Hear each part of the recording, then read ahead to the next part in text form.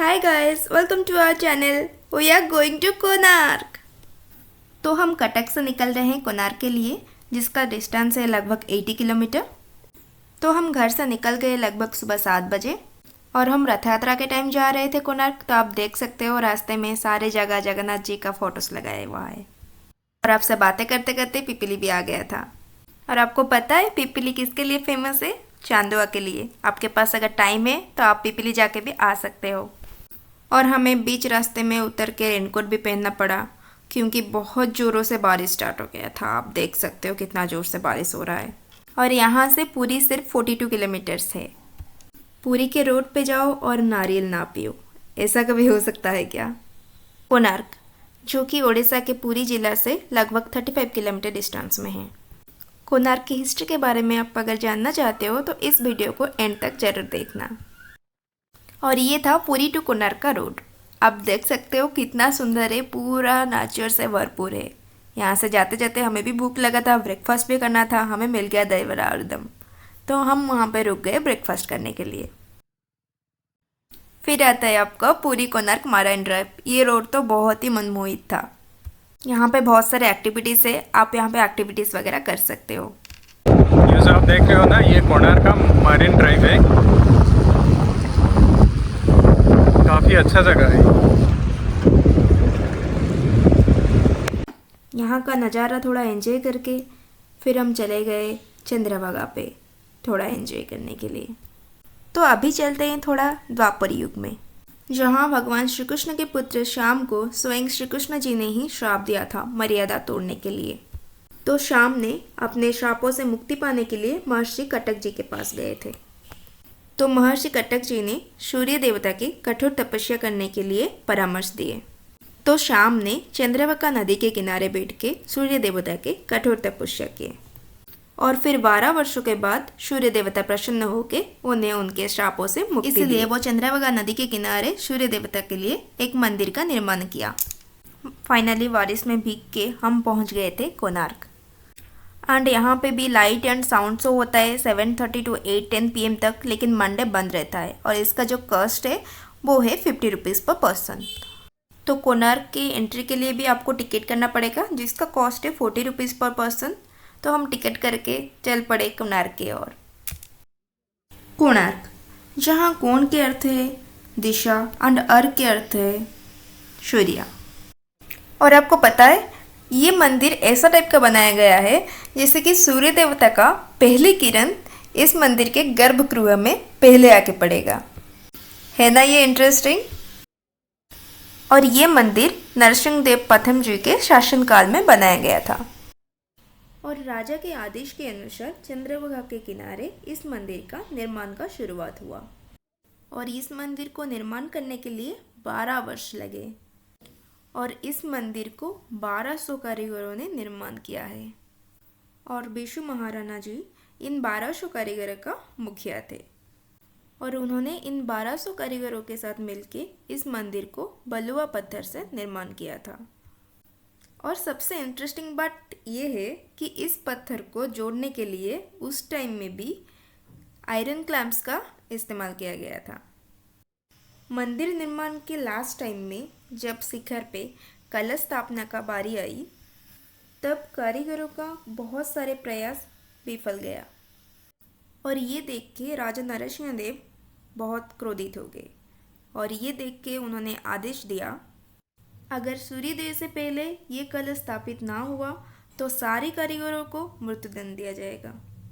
और उसी समय बिशु महाराणा जी का 12 वर्षीय पुत्र धर्मपद वहाँ पे पहुँच गया। धर्मपद, जिसने जन्म के बाद अपने पिताजी को नहीं देखा था, अपनी माता का अनुमति लेके वो यहाँ पे पहुँच गया था।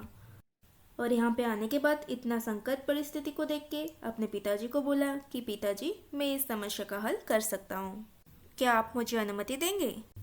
पिताजी की अनुमति लेके वो धीरे धीरे मंदिर के शिखर के ऊपर चढ़ा। अपनी कुशलता और निपुणता के साथ वो कलश को शिखर के ऊपर स्थापित कर दिया। जिस कार्य को 12 वर्षों में 1200 कारीगरों ने ना कर पाया, उस कार्य को 12 वर्षीय पुत्र कर दिखाया था।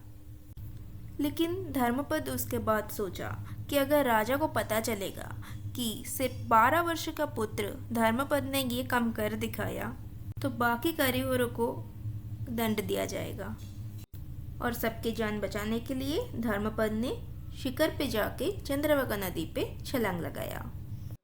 और सुबह जब राजा ने मंदिर के शिखर पर कलश स्थापित हुआ देखा और हवा में झूलती सूर्य देवता की मूर्ति को देखा, तब वो मंदिर के प्राण प्रतिष्ठा के लिए यज्ञ रखा। और इस यज्ञ के दौरान मंदिर की शिखर से एक बड़ा सा मूर्ति नीचे गिर गई। और राजा को जब पता चला मंदिर के पहले दिन में ही एक 12 वर्षीय पुत्र ने अपनी जान दे दी है, उन्होंने इसे अशुभ मानते हुए यहाँ पे पूजा करना रोक दिया। और आपको पता है इस मंदिर पे जो पहिए है वो सूर्य देवता का रथ का प्रतीक है और ये प्राकृतिक सूर्य घड़ी की तरह काम करती है। और ये घड़ी आज भी सटीक टाइम दिखाता है। अगर आपको सटीक टाइम जानना हो तो आपको पहिए के केंद्र में उंगली रखनी होगी और आपकी उंगली की छाया जहाँ गिरेगी वहाँ समय दिखाएगी। और आपको पता है इस मंदिर के शिखर पे एक 52 टन का चुंबकीय पत्थर लगाया गया था और ये चुंबक इतना शक्तिशाली था कि मंदिर के पास से गुजरने वाले जहाज़ों का कंपास काम करना बंद कर देता था। और इसीलिए पुर्तगीज नाविकों ने आके इस चुंबक को निकाल दिया था। लेकिन इस चुंबक को हटाने के बाद मंदिर की संरचना असंतुल हो गई और ये समय के साथ भी क्षतिग्रस्त होने लगा। और ये भी माना जाता है कि सन 1968 में बंगाल का जो मुग़ल सम्राट थे काला पहाड़, उन्होंने उड़ीसा का बहुत सारे मंदिर को क्षतिग्रस्त कर दिया था। तो इसीलिए इस मंदिर के पुजारियों ने मिलके सूर्य देवता की मूर्ति को रेत में छुपा दिया था और बाद में ये मूर्ति को पुरी भेजा दिया गया और ये जगन्नाथ मंदिर के प्रांगण में स्थित इंद्र मंदिर में स्थापित किया गया। और आपको पता है पुरी जगन्नाथ मंदिर के सामने जो अरुण स्तंभ है वो स्तंभ कोणार्क मंदिर से ही लिया गया है। तो ये था कोणार्क मंदिर का इतिहास। मैं तो उड़ीसा से हूँ। आप कौन से राज्य से मेरा वीडियो देख रहे हो कमेंट सेक्शन में ज़रूर बताइए।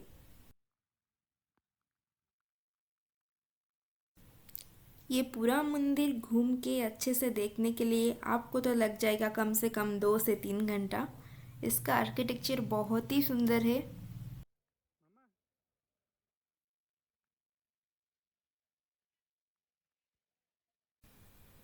और ये था उस टाइम का पाकशाला। यहाँ पे ही कारीगरों के लिए खाना बनाया जाता था। यहाँ पे ही है एक बड़ा सा कुआं, एक कुआं से ही पानी लाके ये लोग यहाँ पे खाना बनाया करते थे। इतने बार इसमें भीग भीग के फाइनली कोणार्क मंदिर का दर्शन हो गया था। बहुत ही अच्छा लगा था कोणार्क मंदिर देख के।